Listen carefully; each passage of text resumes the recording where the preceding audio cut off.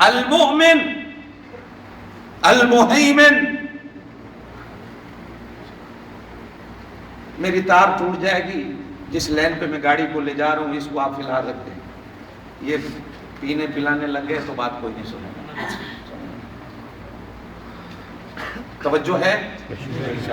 اللہ مومن، اللہ زور سے کہو بے شک، اور وہ مومن ہیں، وہ اللہ کے رسول مومن. زور سے کہو اللہ کے رسول مومن. صحابہ کرام مومن، آپ مومن. وہ مومن، نبی مومن، ولی مومن، صحابہ مومن، محدث مومن، مفسر مومن، فقیہ مومن، امام مومن، اور تم بھی فرق کرنے بیٹھوں گا رات میں بیت جائے گی. وہ کیسا مومن ہے، نبی کیسا مومن ہے، صحابہ کیسے مومن ہیں.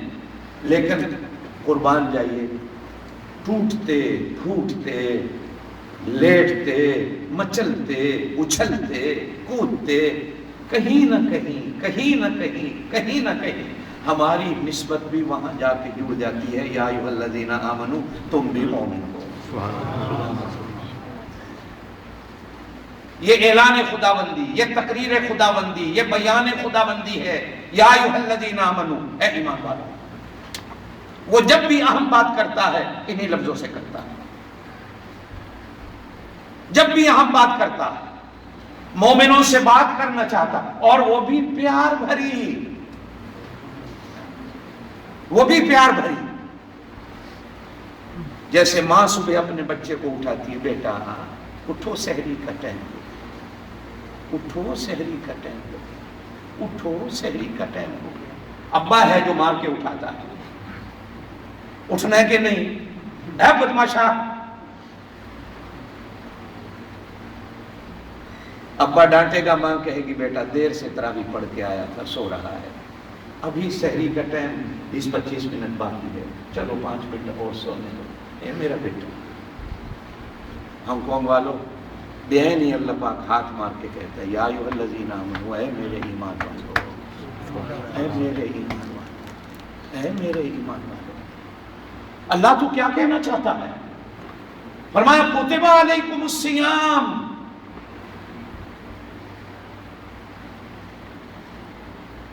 تم پہ روزے فرض کر دیے گئے. یہ روزے کی فرضیت کا اعلان. کما کتب علی الذین من قبلکم، روزے کی تاریخ ہے. لعلکم تتقون، روزے کا نتیجہ ہے کہ روزے سے کیا ملتا ہے. یا ایھا الذین آمنو، خطاب خداوندی ہے، بیان خداوندی ہے، اللہ کی تقریر ہے. مولویوں کی، پیروں کی، فقیروں کی، سب کی تقریریں سنتے ہو، کبھی قرآن کھول کر خدا کی تقریر بھی پڑھا کرو اور سنا کرو. لوگوں کی تقریریں ویڈیو میں، آڈیو میں، کیسٹوں میں موجود ہوتی ہیں جو سنتے ہو. اللہ کی تقریر قرآن کے ورقوں میں موجود ہوتی ہے، کبھی وہ بھی سنا کرو. کتب علیکم، تم پہ روزے فرض کر دیے گئے. صیام جمع ہے صوم کی، سواد کے ساتھ. اس کا معنی ہے روزہ ہماری زبان. عربی میں اس کو کہا جاتا ہے صوم. ہماری زبان میں کیا کہتے ہیں؟ زور سے کہو. کیا؟ روزہ. صوم عربی میں، ہماری زبان میں پشتو میں بھی روزہ کہتے ہیں. روزہ، روزہ. بنگالی میں روزہ، روزہ.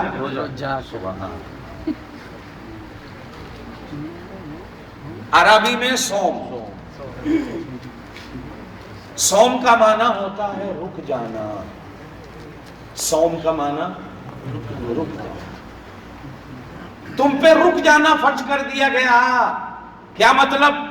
کہ جن جن چیزوں سے اللہ نے تمہیں روکنا ہے اس نے روک دیا، اب یہ فرض ہے رک جاؤ. ٹھیک ہے؟ یہ عربی میں معنی ہے. ہماری زبان میں ہے روزہ. بڑی عجیب نسبت بنتی ہے روزہ یا روزہ. یہ ہمارے بزرگوں نے یا ہمارے بڑوں نے یہ نام کیسے بنایا، کیسے جوڑا؟ 3 باتیں میں عرض کروں گا آپ کو سمجھانے کے لیے. روزے کا کیا معنی ہے؟ روزے کا کیا معنی؟ صرف بھوکا پیاسا رہنا اس کا نام روزہ ہے؟ نہیں میرے دوستو، بزرگان دین نے پہلا معنی کیا کہ روزہ راز سے ہے، روزہ راز سے بنا ہے، کہ یہ اللہ اور اللہ کے بندے کے درمیان میں ایک ایسا راز ہے جس کو یا اللہ جانتا ہے یا یہ بھوکا پیاسا جانتا ہے، تیسرا بندہ کوئی نہیں جانتا، یہ ایک راز ہے۔ اور دوسرا، ہماری زبان میں کبھی کبھی کہتے ہیں کہ روزہ کوئی روز روز تھوڑا آتا ہے، روزہ کوئی روز روز تھوڑا آتا ہے۔ اور تیسرا، حدیث کے معنی میں جاؤں تو یوں کہا جاتا ہے کہ اللہ کرے روز روزہ ہو۔ ایک ہے کہ روزہ کوئی روز روز تھوڑا ہوتا ہے، اور ایک ہے کہ اللہ کرے روز روزہ ہو، اور ایک معنی یہ ہے کہ روزہ اللہ اور بندے کے درمیان میں ایک راز ہے، یا وہ جانتا ہے یا آپ نماز پڑھنے جائیں گے سارا جگ دیکھے گا نماز پڑھنے جا رہے ہیں، آپ حج کرنے جائیں گے ماشاءاللہ، آپ تو جب تک پھولوں کے ہار نہ ڈالو پورا گاؤں آپ کو ایئرپورٹ پہ چھوڑنے نہ جائے آپ کا حج ہی نہیں ہوتا۔ یہ ہمارا ایک رواج ہوتا ہے کہ بھائی میں جاؤں تو بھی سارا گاؤں آئے، جب میں آؤں تو بھی سارا گاؤں آئے۔ ہمارے ایک دوست حج پہ جا رہے تھے، رشتہ دار ملنے نہیں آئے، آج 10 سال ہو گئے ہیں وہ رشتہ داروں کو نہیں ملتے، بولتے نہیں، کیوں جی میں حج پہ جا رہا تھا، یہ مجھے ایئرپورٹ چھوڑنے کیوں نہیں آیا؟ سارا جگ دیکھے میں حج پہ جا رہا ہوں، اس کو حج کہتے ہیں۔ نماز، ہم نماز پڑھنے جا رہے ہیں، راستے میں جو ملا، حج صاحب کہاں؟ جی نماز پڑھنے جا رہا ہوں۔ مولوی صاحب کہاں؟ جی نماز پڑھنے جا رہا ہوں، چاہے کہیں اور بھی جا رہا ہوں، لیکن کہنا یوں ہے کہ میں نماز پڑھنے جا رہا ہوں۔ زکوٰۃ، وہ زمانے چلے گئے جب لوگ کہتے تھے کہ سیدھے ہاتھ سے دو الٹے کو پتہ نہ چلے، آج تو جب تک میں اعلان نہ کروں میری زکوٰۃ نہیں ہوتی، میری خیرات نہیں ہوتی، میرا صدقہ نہیں ہو، وہ ویلے چلے گئے جب لوگ چھپا کے دیتے تھے۔ جو بھی نیکی ہے وہ آج علل اعلان ہے، لیکن الحمدللہ اس دور میں بھی روزہ آج بھی ایک راز ہے۔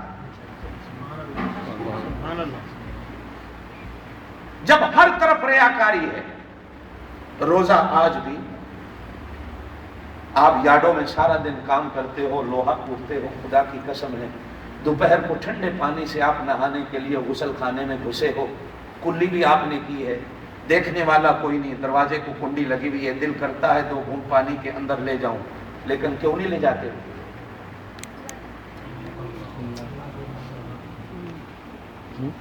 شام کو افطاری کے ٹائم انواع و اقسام کے کھانے آپ کے سامنے ٹیبل پہ پڑے ہیں، خوشبوئیں اٹھ رہی ہیں، دل کرتا ہے ایک سموسا پکوڑا اٹھا کے منہ میں ڈال لو، لیکن آپ نہیں ہاتھ بڑھاتے ہو، پھر گھڑی دیکھتے ہو۔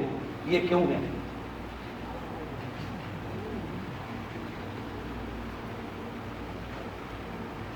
یہ کیوں ہے؟ یہ راز آ رہا ہے، یہ ایک راز ہے۔ بندہ غسل خانے میں بھی کھڑا ہو، کوئی نہ دیکھ رہا ہو تو یہ گنہگار یہ سوچتا ہے وہ تو دیکھ رہا ہے، سامنے سب کچھ پڑا ہے، بھوک ہے، پیاس ہے، روح افزا کی خوشبوئیں اٹھ رہی ہیں، دل کرتا ہے ہاتھ بڑھا لو، بیوی تو کچن میں کھڑی ہے، کوئی دیکھنے والا نہیں، لیکن ہاتھ نہیں بڑھاتا جب تک ٹائم نہیں ہوتا۔ یہ کیا ہے؟ سوچتا ہے کہ وہ تو دیکھ رہا ہے۔ اور میں اسی پہ آگے بات پڑھا ہوں، جس کو روزہ نصیب ہو گیا، آپ اپنا ہمراز کس کو بناتے ہیں؟ اپنا راز کس کو دیتے ہو؟ پہلے تو میں آپ کو نصیحت کروں گا کبھی اپنا دل کا راز کسی کو نہیں دینا، آج کوئی کسی کا نہیں ہے، اور اپنا دل کا راز کبھی اپنی بیوی کو بھی نہیں دینا۔ اگر گھر چلانا ہے، آفس چلانا ہے تو اپنا راز اپنے دل کے اندر رکھنا۔ عقل مند بندے کے لیے میں نصیحت کر رہا ہوں، پاگلوں کے لیے نہیں۔ وہ ویلے چلے گئے، وہ یار مر گئے جو آپ کے ہمراز ہوا کرتے تھے، نہ رہی یاروں میں یاری، نہ بھائیوں میں وفاداری،